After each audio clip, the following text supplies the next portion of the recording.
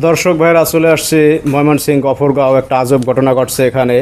30 বছরের একজন মেয়ে, সে তার বাড়ি কাজের ছেলে, 15 বছর বয়স ছেলেরে বিয়ে করছে। ভাই ভালো আছেন? জি ভাই, আপনি ভালো আছেন তো? জি ভাই, তো এই যে আপনাদের এখানে একটা ঘটনা ঘটছে, এখন টোটাল ভাইরাল বাংলাদেশে। এখন এই যে যে মেয়ে যে বিয়ে করছে, 30 বছর বয়স, 15 বছর একজন ছেলেরে বিয়ে করছে, তো এই মেয়ে কি হয় আপনাদের? আমার ভাই বউ, ছোট ভাই বউ। আপনার ছোট ভাইয়ের বউ? হ্যাঁ। আচ্ছা, আপনার ছোট ভাই কি করে? আমার ছোট ভাইকে আমি বিদেশ পাঠাচ্ছি। কোন দেশে থাকে? মালয়েশিয়া। মালয়েশিয়া। জি। আচ্ছা, এখন আপনার ছোট ভাইয়ের বউ এই যে একটা কাজ করছে, মানে এই ছেলে নাকি আপনাদের বাড়িতে কাজ করতো? হ্যাঁ, এই ছেলে আমাদের বাড়ি কাজ করে। এখন সে তারে বিয়ে করে যে ফেলাইছে, এখন এটা কি আপনার ভাই জানে? আমার ভাই, আমিও জানি না, আমার ভাইও জানে না। পরবর্তী আমার ভাই কল দিল, পরে আমি জেনে গেলাম যে আমার ভাই বউ, ছোট ভাই বউ এই কাজ করছে। পরে আপনারা কি এই বাড়িতে থাকেন, আপনি আলাদা বাড়িতে থাকেন? আমি আলাদা বাড়িতে থাকি, আর ভাই বউ এই বাড়িতে থাকে। একলা থাকতো? হ্যাঁ হ্যাঁ।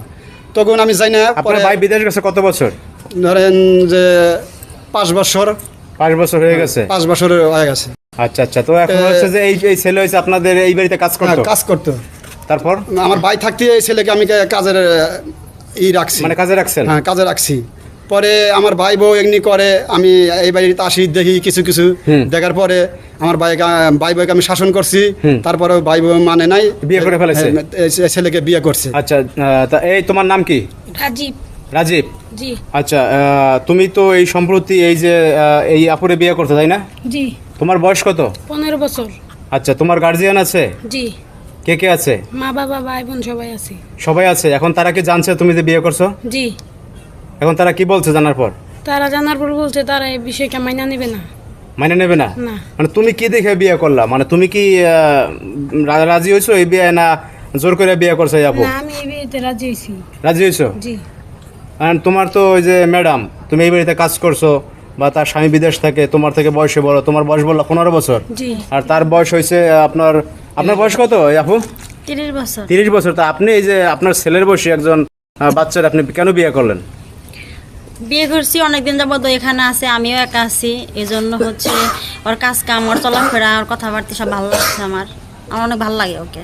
মানে দেখা যায় আপনি কোনো সঙ্গী পাইতেছেন না, যেহেতু ও থাকে এই বাড়িতে। হ্যাঁ। এখন সেক্ষেত্রে হচ্ছে তারে বিয়ে করছেন। তো দর্শক ভাইয়েরা, আসলে এই আজব ঘটনা এটা ঘটছে গফরগাঁও, ময়মনসিংহ গফরগাঁও। তো আপনারা হচ্ছে যদি কিছু বলতে চান আপনারা কমেন্টস করবেন। তো ভাই, এই যে এখন তুমি কি করবা? এখন তুমি কি বিয়ে করে, এখন তো লোকজন আসতেছে, সাংবাদিক আসতেছে, এখন তুমি কি এই বাড়িতে থাকবা না নিয়ে যাবা?